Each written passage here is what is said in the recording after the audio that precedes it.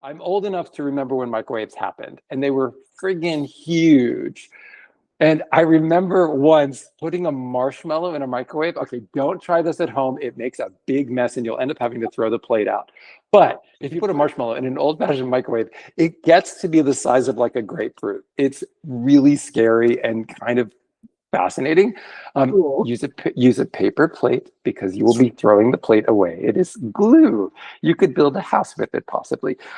Anyway, the Hi, point is, I'm Joe Beal, the founder and CEO of Microcosm Publishing. I'm also the author of A People's Guide to Publishing, which distills what I've learned from selling millions of books over the past 28 years.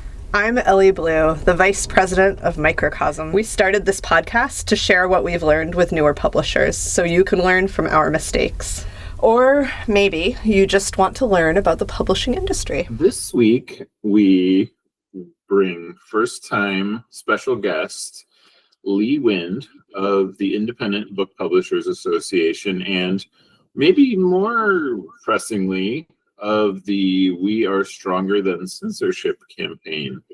Lee, what is the We Are Stronger Than Censorship campaign? And by the way, You like the hard-hitting questions. I cannot help but acknowledge your t-shirt. video, I'm wearing a t-shirt that says strong like a reader.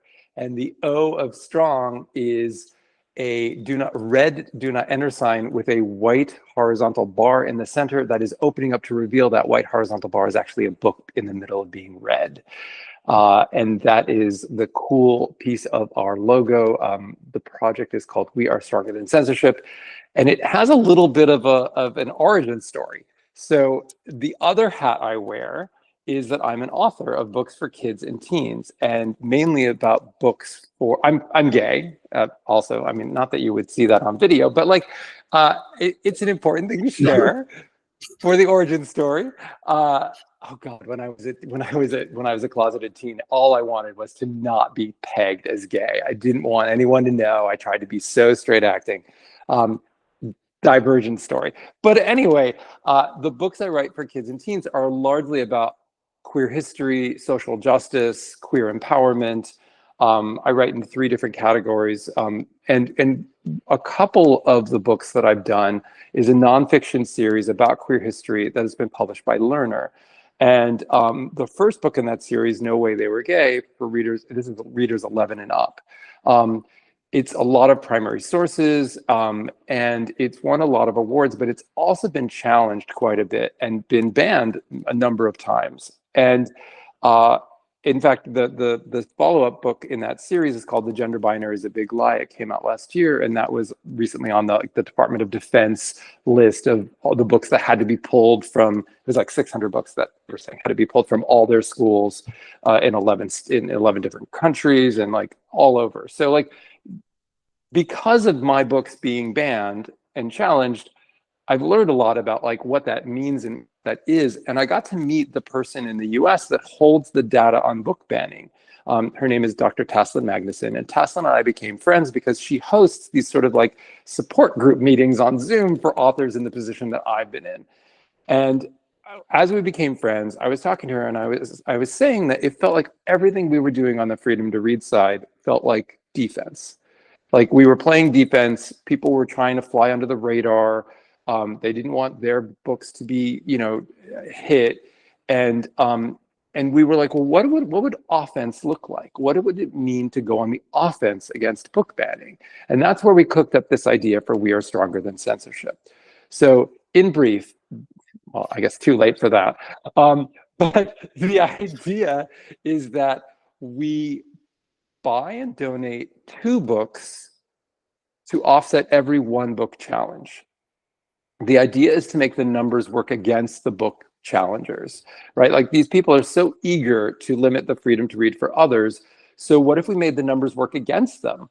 What if there was one person in Wisconsin that challenged 444 books in their school district, and all 444 books were pulled for 4 months while they were reviewed? And then most of the books at the end of that review time went back on the shelves. But if you think about those kids in that school district, for a semester, those books were banned. And so if that person knew that in response to them doing that, 888 books were going to get purchased and donated, maybe it would have slowed their roll a little bit. So that's the idea in a nutshell. And the T-shirt that I'm wearing is one of the ways that we raise money for the program. So every shirt, we have lots of different slogans. Like we have strong like a reader, strong like a teacher, strong like an author. There's like 15 different styles. And every shirt includes a donation of $16 to buy 2 books to offset 1 book challenge. And then, of course, if anybody's listening and wants to cut a check, or donate directly, a $160 donation funds 20 books to offset 10 book challenges. And then, of course, the numbers get bigger. But I actually think the way we'll scale this is to get more people involved and go smaller, which is an excellent segue to the cool thing that we're doing with Microcosm. Joe, do you want to together? Yeah, what are we doing again? It's such a whirlwind. What a life. So We Joe and I, yeah. So Joe and I were sitting and chatting, and I was explaining about how I'm a little obsessed with stickers, and my journal, my personal journal, is covered with stickers front to back. Not interior, just the cover. Like I kind of like, it's my fun thing that I do with the cover of my journal. And I know that Microcosm sells some really cool stickers. And we were talking about sort of like the punk rock sensibility of both Microcosm, if you would allow me, and also We Are Stronger Than Censorship, because this is a little punk rock. I mean, the idea that like we're going to fight back in this really creative way. Look, the problem of book censorship is so huge right now. We're not trying to take the place of any other effort to push back against book banning. But in addition to those things, this feels like a cool punk rock thing to do, to be like, okay, you're gonna challenge 10 books, we're gonna donate 20 books. So we started talking about, well, what if we did a line of stickers with Microcosm? Because I don't know anything about retailer stickers. I mean, I know a little bit about book marketing, but which is my day job at IBPA. But like, what if we did a line of stickers where every sticker contributed a certain amount of money to help the program? So we did it, and it's about to launch. I don't know, you all could tell me when it's going to launch, but basically, if you buy, for every 16 stickers, we're going to be able to buy 2 books to offset 1 book challenge. So I think that's how we will scale up, because I don't personally know a lot of people that can write a check for $160,000 to, I don't know. Okay, I'm failing on the math here, but what is that like? Okay, I'm actually going to do it. I have a calculator here. It's ridiculous, and of course I just open up math live on the air on our podcast. Live scary math, but like basically, the pencil is moving, the calculator no pressure. is clicking. No pressure at all. So if somebody wrote a check for $160,000, right, that would be kind of amazing, and it would fund 10,000 books to offset 5,000 book challenges. I don't personally know a lot of people that can write a check for $160,000. If you're listening and you can, please, it's for, we have a 501c3 fiscal sponsor, so it would be tax deductible, but I'm guessing that most people can't. And also the world is on fire, and there are lots of other things that people need to help with. Like, my husband volunteers twice a week at a food bank to help people eat, because that's really important right now. So like, in the Maslow hierarchy of needs, maybe fighting book bans isn't the thing that you're going to write the check for $160,000. But, I think the way we scale this is that it's going to be maybe 160,000 people buying buying a sticker for $5, where $1 from that sticker ends up going to the program. And that's how we will get 10,000 books to offset 5,000 book challenges.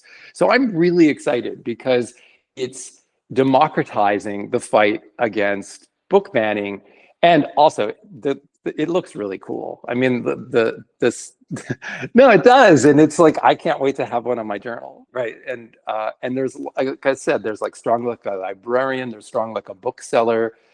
We just added strong like a poet and strong like a memoirist and strong like an editor. We have IBPA is for those listening that don't know, I work for the Independent Book Publishers Association, and we have a lot of members that we hear from. We have over 3,000 300 members right now, different companies. And one of those companies works with publishers. They're called Technica Editorial. And they do a lot of like editing of journals and stuff for the academic kind of realm. But they have like 50 editors on staff. I don't know, I'm pulling that number from my elbow. I can't remember exactly how many, but they did an in-person reunion or whatever, like a gathering of their editors, and 17 editors were wearing the Strong Like an Editor t-shirt.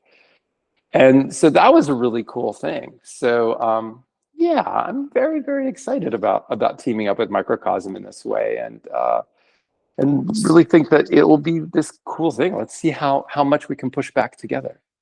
Us too. I mean, honestly, like thinking about this project, like it's more exciting to me. Like, awesome if someone wants to like write you guys a big check directly. That's great. No shade against that. But like doing it this way, it's like more work for everybody, but it also like kind of supports the ecosystem more. Like it feels more like a mutual aid model where like, you know, you guys aren't, we're not just donating books to donate and people donating money to donate. You're like buying the books and our authors are getting paid for their work. And like, it's, you know, we're giving you a better deal than we might otherwise give, but we're like still, it's like supporting our labor force as well. Instead of just people kind of giving, it's like this thing that lifts everybody up and everybody wins. And I really love that. Like, why can't everything be like that? I don't know. Thanks, Ellie. I'm so glad you brought that up. Yeah, we didn't want to have the publishers donate the books. That felt like I want, well, IBPA, we want publishers to be successful and to make money, so then authors can make money and the ecosystem thrives, right? Like so many people are asking publishers, just give us books. But that's hard for publishers. There's costs involved with books. So yeah, and so there are all these myths about book banning, and it's frustrating because the way that book banning is presented in the media, it's as if it's about the books. And okay, newsflash, it is not about the books. If you start arguing about the content of the books with someone that is advocating for books to be banned, you have already kind of lost, because you are buying into their sort of like very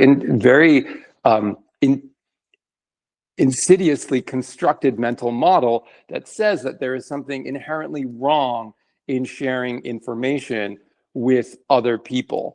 Like it's the idea that like ignorance is going to protect young people, and that is not true. I mean, I can tell you, I grew up, I didn't have one book that showed gay people in a positive way. It did not make me straight. It just made me isolated and made me feel like I was the only gay person on the planet, which is completely ironic because even my older brother was gay and I didn't know, because we were so deeply closeted.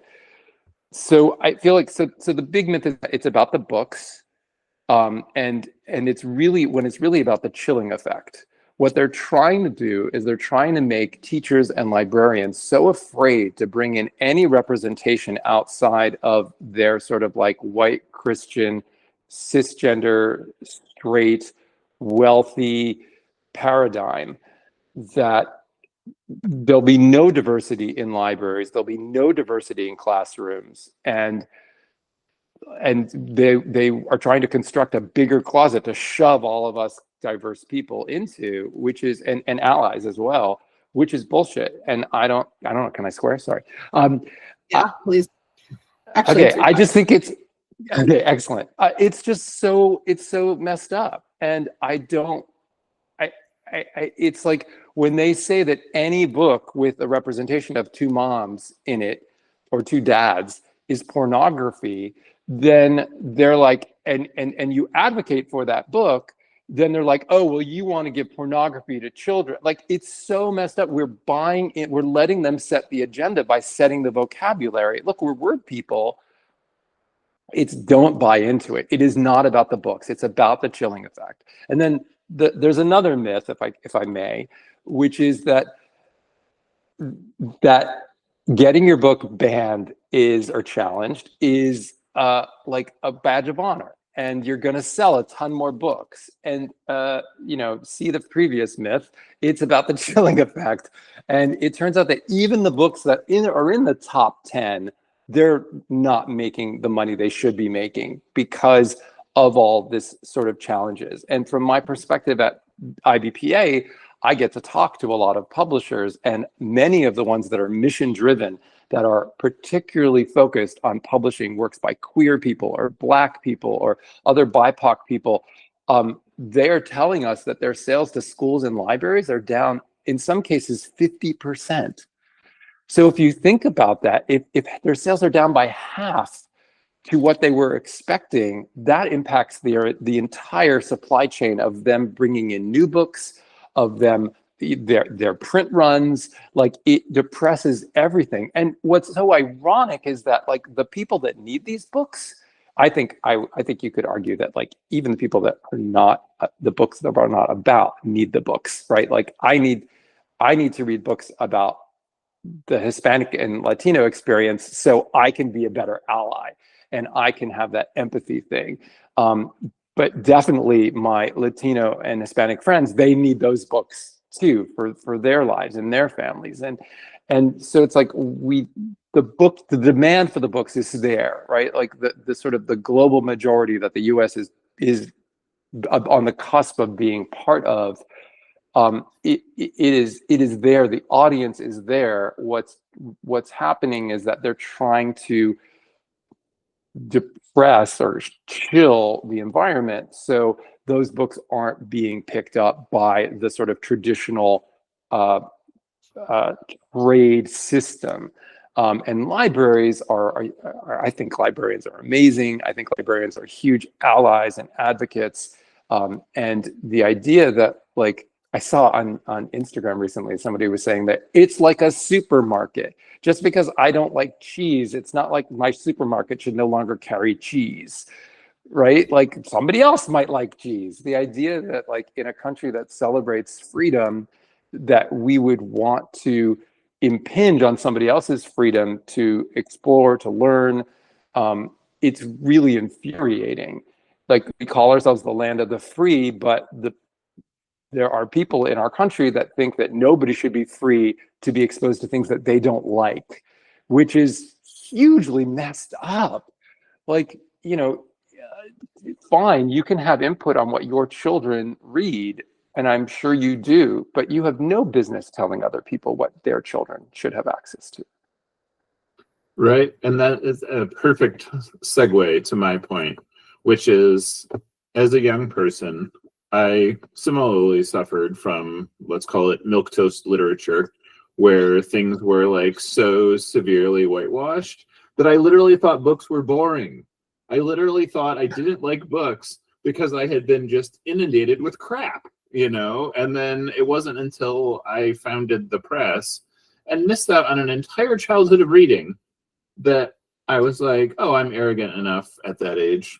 Maybe less so today. You two can argue about this later, but that I was like, I'm going to make actually good books, and I'm going to make something that is, like, challenging. And then, it never in my lifetime occurred that anybody would care enough to challenge me. And to be honest, I'm honestly shocked the most at how little we are challenged, and the things that we're not challenged on, especially when we do something, like, really ridiculous, like the post-structuralist vulva, or, like, things that, like, really, people, like, you'd think they would raise an eyebrow at, but it's actually, like, very different themes that bother people, like you've pointed out, because, again, it's not about the books, it's about other things. I feel like we've got this, like, angry mail because about any of our publications about this one little book about tarot archetypes, with people who disagree with the author's interpretation of swords.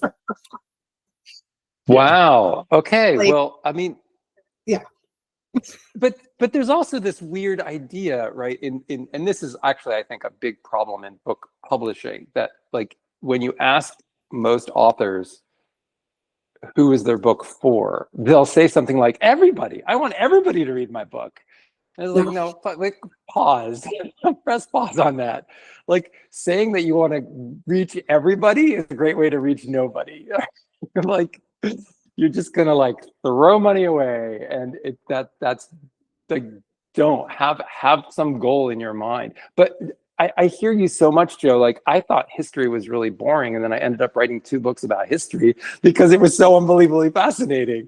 Like I'm like, what? There were queer people in history? What? There were people that were lived outside the gender binary in history. Wait a minute, the whole gender binary is a big lie? Like it just blew my mind again and again and again. And the fact that we have, and history is actually being attacked right now, and the fact that like we have this incredible legacy. I'll just say, you know, as a queer person, like I did not know I didn't know that any of it existed. And then we built this software from scratch to solve our own problems starting in 2001. It's not only the reason for our survival, but the reason we've been a Publishers Weekly fastest growing publisher 3 years in a row. Now we want to share it with you. Join Working Lit and get back the agency to understand your publishing business, market and sell your books, and painlessly pay royalties. Working Lit. Doing the math for publishers. Visit workinglit.com to give it a try. The point is, if I could send any of my books back to me as a kid, as an 11-year-old kid, as a 13-year-old, as a 16-year-old, like it would have, any of this stuff would have changed my entire life.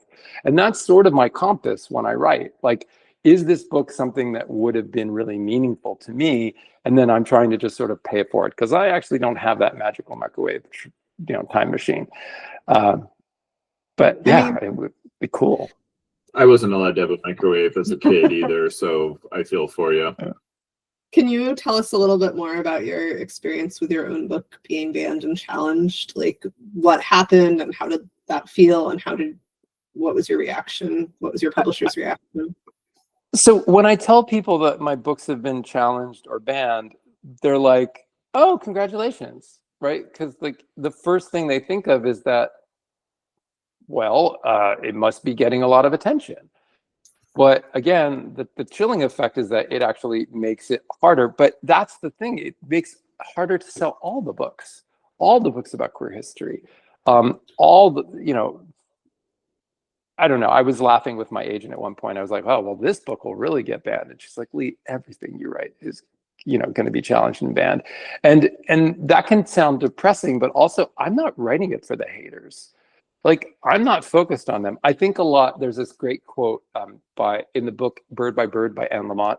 She talks about lighthouses and how they don't run all over the island looking for boats to save. They just stand there and they shine. And I love that so much. And that metaphor is very much something I think about all the time, because I'm like, look, my books are not for everybody. And if you're not interested in the light, I think of every book is like another light on in my lighthouse. It's like, if you're not interested in the light from this book, that is totally okay. Go off, sail somewhere else, but if you are, come on over. I want to share this with you. It's super, super cool. And I use that metaphor because it keeps me sane, right? Like if I focused on the haters, then I kind of am letting them win. So I don't think about them at all. I mean, and I guess I've been fortunate enough that my books have been on lists and they've been cited in, The Gender Binary is a Big Lie was cited in some legal case in Connecticut or something. And they were saying that the argument that was being made by the people against the freedom to read were saying things like books should not, it was so ridiculous. It was something like, we shouldn't have any books in the library that are advocating for gender ideology without something that directly contradicts it. And they were talking about the gender binary as a big lie. And I'm like, so you mean the entire rest of your library collection is not sufficient? Because they pointed out, they're like, well, there are books like the gender binary is a big lie, and there isn't something to refute that. I'm like, the entire effing collection is like, oh. Right? Like, Maybe they they haven't don't. looked around maybe they haven't been to the library. That's actually probably the case. Well, Right? and actually, when I was saying that the problem is so big that we have to push it from lots of different angles, I mean, one of the angles is that like we need to require that, you know, the way, the rules of how it's set up. Like one person should not be able to challenge 444 books. Like you need to, there need to be parameters around this. You know, I think at minimum you should, you know, have standing in that community. You should have a kid in that school. You should have to sign a legal affidavit that you've read the entire book. You know, there should be a structural way to deal with it. There should be the legal way to deal with it, and then there's the punk rock way to deal with it, which is like, okay, you're gonna do that. We're gonna buy and donate 2 books to offset every book you challenge. And I think that the news is also kind of skewed. One little project I'm working on, which I haven't said publicly yet, but why not? Because we're here and we're friends. I'm trying to do I'm trying to do accounting with a lot of the other organizations that are giving away books. We Need Diverse Books, the Glisten Rainbow Library, ourselves, We Are Stronger Than Censorship, and trying to get a number, because Pan America just released their big report, and they said that between 2021 and now, over 20,200 some book challenges have happened in schools. And I was like, well, wouldn't it be cool to come up with what is the number of donated books that across all of these cool freedom to read organizations that have been donated in that same time? So we're collecting the numbers. So if you're listening and you run an organization or you're part of, getting books into the hands of young readers, I want to hear the numbers, because I want to come up with that, because again, we don't get the attention, right? We all have a negative bias. The news certainly has a negative bias. And it feels overwhelmingly negative, right? Oh, this person did this person did that challenged so many books. But the Washington Post did an analysis of the book challenges that happened in, I believe it was 2 years ago. I believe it was the 2022 to 2023 school year. And they found that they analyzed a little bit over 1,000 challenges. And they found that 60% of them were by 11 people. I mean, Joe, Ellie, wow. We're 3 people. Yeah. We know 11 people. Yeah. Like 11 people is not a lot of people, but yeah. It's a manufactured crisis. Like so much of the shit that's going down these days, mm-hmm. It's a manufactured evil kind of like chaos. But that's not a glitch. That's the feature. Like that's what they're going for. And I think that, as we fight back and as we stand up for things like democracy and diversity and equity and inclusion, as we stand up for these principles, it's important to remember that, like a choir, it's okay to take a breath. Like if enough of us are singing, then if you've ever been in a choir, you know that like you can sustain a note as a group for quite a long time, but you are going to have to take a breath individually. And it's okay, because all the people around you are carrying the note while you're breathing. So it's okay if you need a break, if you need to step away, it's all right. But recognize that like that's our power is in numbers. And they keep attacking just parts of our communities, because if they get us fighting each other, then we won't band together as a community and stand up to them. So that's what we need to do. We need to stop fighting each other, and we need to stand together as allies, and or at least not 12 of us need to. At least, yeah. Well, I mean, isn't it crazy to think that just 11 people can make it seem like there's this huge national crisis happening, and this uproar about like the books, and when it's not even about the books? So I think in a funny way, reverse engineering it, like that's kind of inspiring. Like what could we do, right?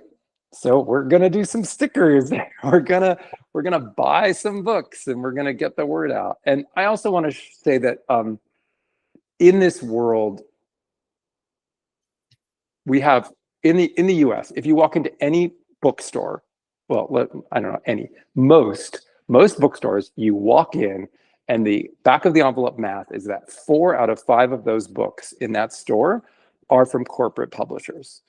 And when I say corporate publishers, I mean the big 5, the conglomerate owned, basically the corporate publishers are in the US. There are 5 of them. I'm less interested in them than I am in, no shade, oh, a little bit of shade. I'm more interested in the independent publishers, that 5th book that is in a bookstore, because IBPA has, literally we have 3,300 publisher members. About 1,000 of them are author publishers, but the other 2,300 are companies that are publishing books. And many of them are mission driven, like Just Us Books, like Levine Corrido, like Microcosm. And I think that is the engine for diversity in literature and in books, because it is a different ethos. It is a different, yes, you want to make money, but you're not in existence purely to make money. You have something else that is important to you, that you have a mission. And this isn't to say that there aren't beautiful books coming out from corporate publishers, but I don't see them being the steadfast champions of diversity that I see the independent world doing. So again, they're doing some beautiful books, but also I feel like some of the efforts that they've made towards diversity feel very performative, which we witnessed after the George Floyd stuff, where all these new imprints happened, and then within 2 years, most of them were shuttered. And it was like, it really hurts. It's like, but again, it's like, I think that's why for the first year of the program of We Are Stronger Than Censorship, the books that we've been buying are from 20 different independent publishers, including Microcosm, which is how this whole thing started in the first place, right? Because we wanted to highlight the incredibly cool books that each of these 20 different independent publishers were putting out in the world. And when we went to the publishers, we didn't say, we want you to give us your most challenged book. Again, because it's not about the books, and we didn't want people to fall into that trap. So we said, hey, what are some of the books that you have on your list that you think should be doing better than they are, but because of the chilling effect of book bans, they're not doing as well. So this is when I turn it to you. And do you want to talk a little bit about The Courage Party? Because it's one of the 20 books that we're buying for the program. It's a little bit difficult, but yeah. So, and the author passed during the program, and she was very close to me and she like really helped me out when I was a teenager and I was like pretty hard up. And so it's like, it's very sweet that you chose that book, because it's again about helping a kid that like kind of doesn't know which way is up and like where it goes and like how to sort of move on from trauma.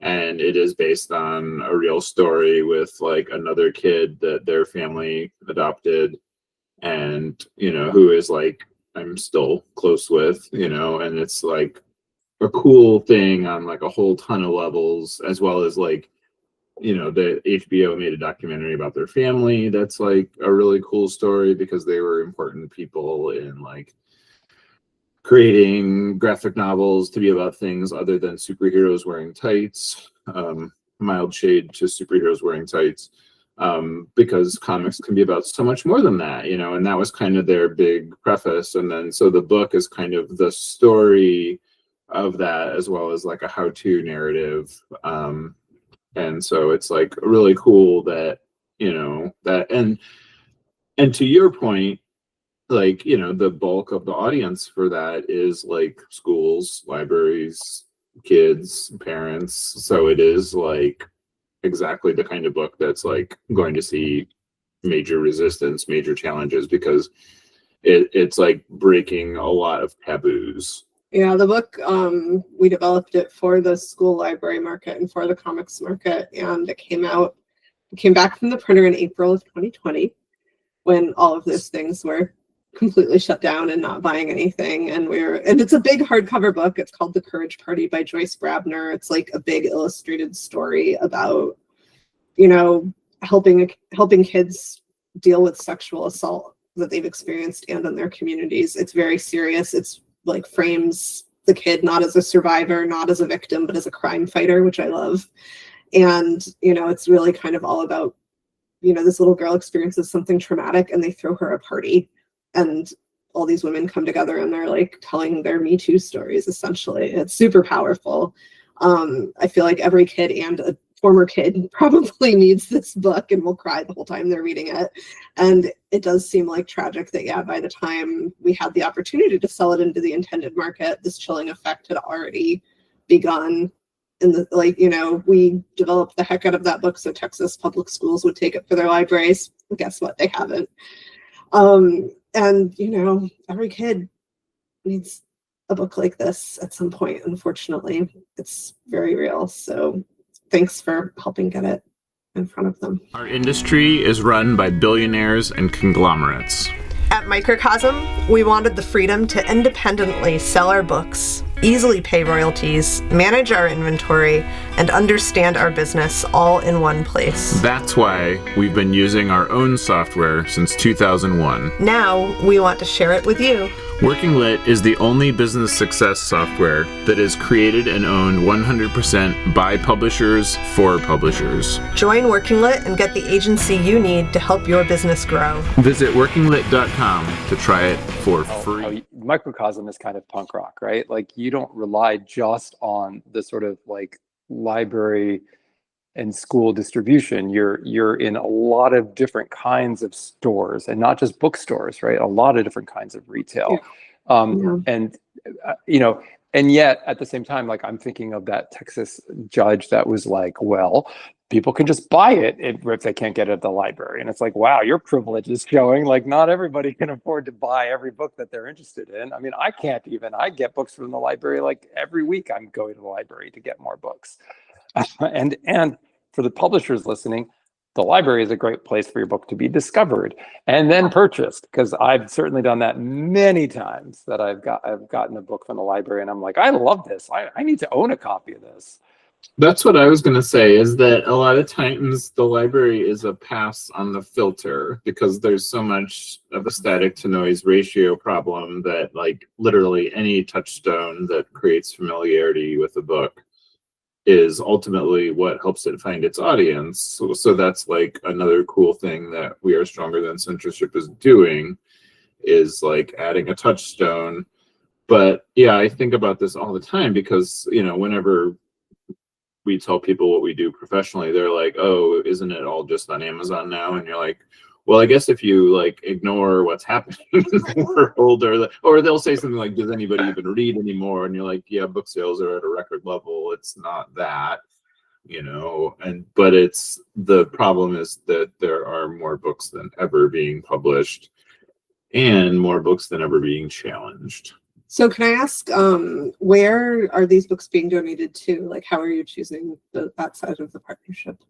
So we have, right now we're somewhere around 80 publishing. We have 80 partners so far for the program. This is pretty much my part of what I do for the program, is kind of create these cool partnerships. So we have maybe 12 partners that help us distribute the books. Like things like Florida Freedom to Read, Texas Freedom to Read, and We Need Diverse Books. And then organizations like Red Wine and Blue have a Trouble Nation thing. And so the most recent batch of 1,000 books we bought, 18 of those went to Trouble Nation groups across the country. And then there's a student-led Freedom to Read group that distributed some of the books in Texas.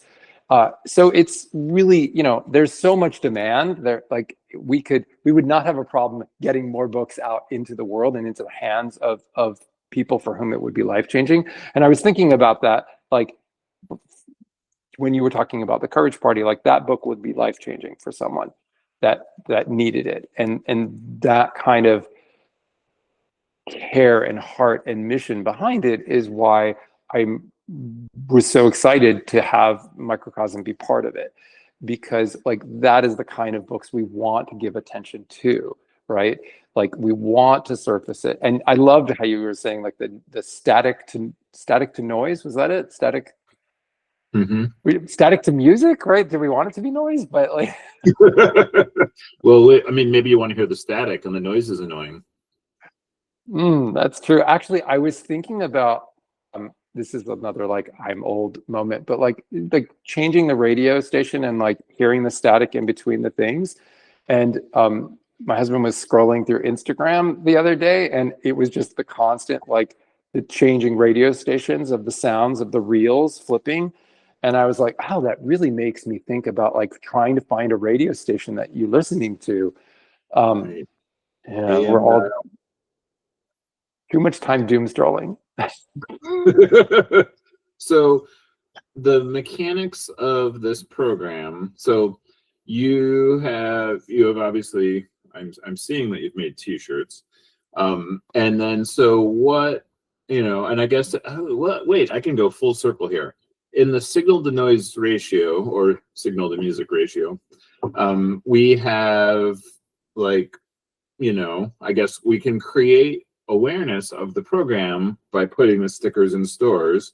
So then in theory, somebody that lives in Iowa will just like go to their local indie and like see the stickers and be like, and then learn about the thing. And then, maybe they'll just buy like a couple different stickers, but then they'll like, feel good that they supported this thing.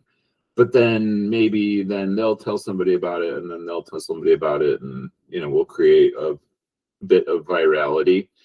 And then when you think about that, and you think about like, thousands of independent retailers, tens of thousands, 2 million independent retailers in the United States, then like, that's a really good, just like a book getting discovered, that's a really cool way of the program getting discovered.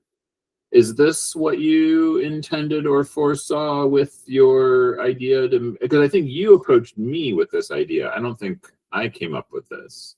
Well, I've been wanting to have stickers for a long time. I just like I'm not a publisher. I'm not a retailer, and so I was trying to figure out, well, how do we make it happen? And I thought about the sort of, again, punk rock alignment of what you all do, and that you're not relying on just Barnes and Noble sales. Like you really have diversified who you're retailing to. And I thought that it could be a really cool match. So that's why I brought it up. The other thing I'll share is that we have about a dozen bookstore partners in the program right now. And the way a bookstore becomes a partner is they look at the 20 books that are in this collection this year, that the ones that we're buying from independent publishers, and they choose one or more that they think will do well in their store, and they stock it. And then we give them a little a shelf talker to print out. And I mean, it's all self-serve, it's very easy. And the shelf talker says, consider buying this book for yourself, or to give this store for the store to donate. And it has a little QR code if they want to find out more about the program. So I think that like as a add-on, that would be a cool thing, that if a store is carrying the stickers and then they want to become a partner of the program, they can do more.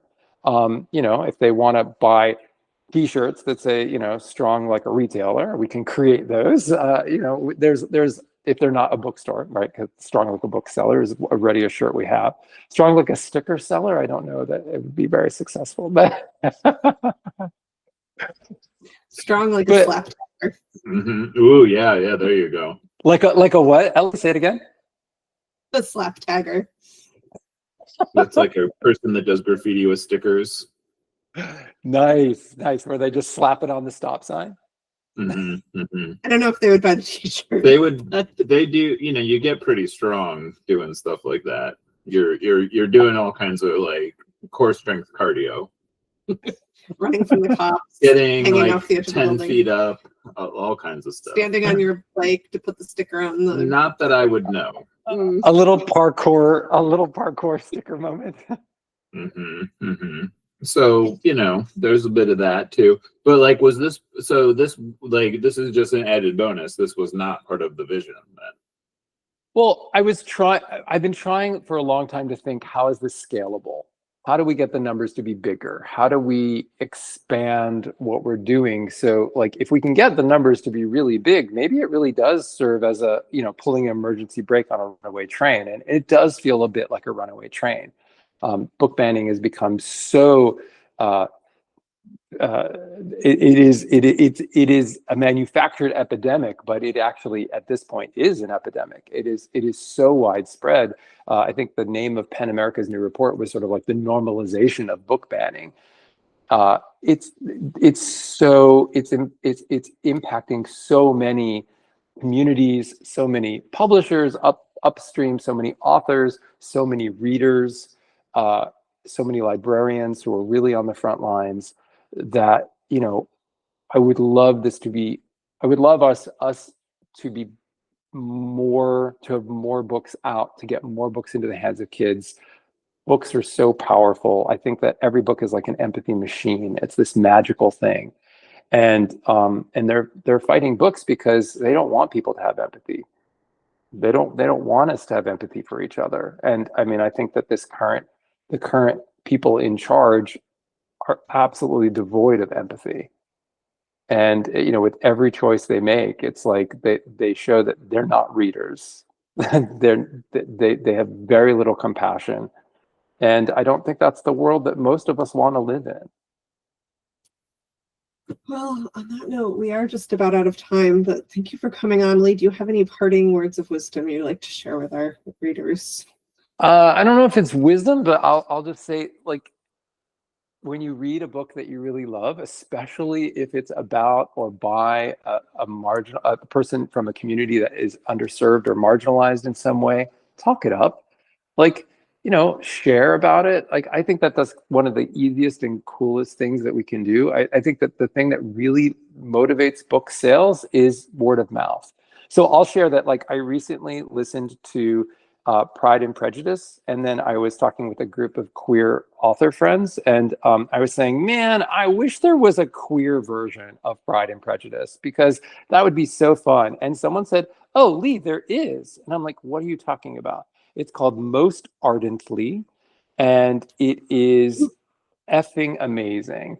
And it's a YA, and the main character is trans, and it is a retelling of Pride and Prejudice with this sort of like trans gay love story at the heart of it. And I don't know who published it, and that is actually a cool thing, by the way, that nobody really cares who publishes what, as long as it's good. And I think from a consumer standpoint, like, it is a rare consumer that is flipping to the copyright page to see who published a book. Yeah. But I listened to the audiobook of it. I thought it was absolutely great. It's by Gabe Cole Novoa. And it was so much fun. So I have given you a book recommendation of a queer themed book that I really loved. I believe the author was also part of the queer community. It was so well done and so fun. And it's not my genre at all, but I was like, what the hell? I'm having this Jane Austen moment. So there you go, a queer Jane Austen. Awesome. I'll add my recommendation on that reminded me of. It's a book called Pride, and it's a Pride and Prejudice retelling by E.B. Zobowie, and it's set in a gentrifying community in New York City, and the main characters are all Black and Afro-Latino, and they have all sorts of fun shenanigans, and it's a super fun book. So I don't know. I feel like Jane Austen retellings are one of my favorite genres. So I'm so glad I hadn't heard about that one, but it's going on my list. That sounds great. Okay, wait, Joe, I think we need a book recommendation from you. Ooh. Just to round it out. What's your favorite Jane Austen retelling? See. Oh, Elliot is suggesting that I recommend Clueless, which is largely a tale based on my own life.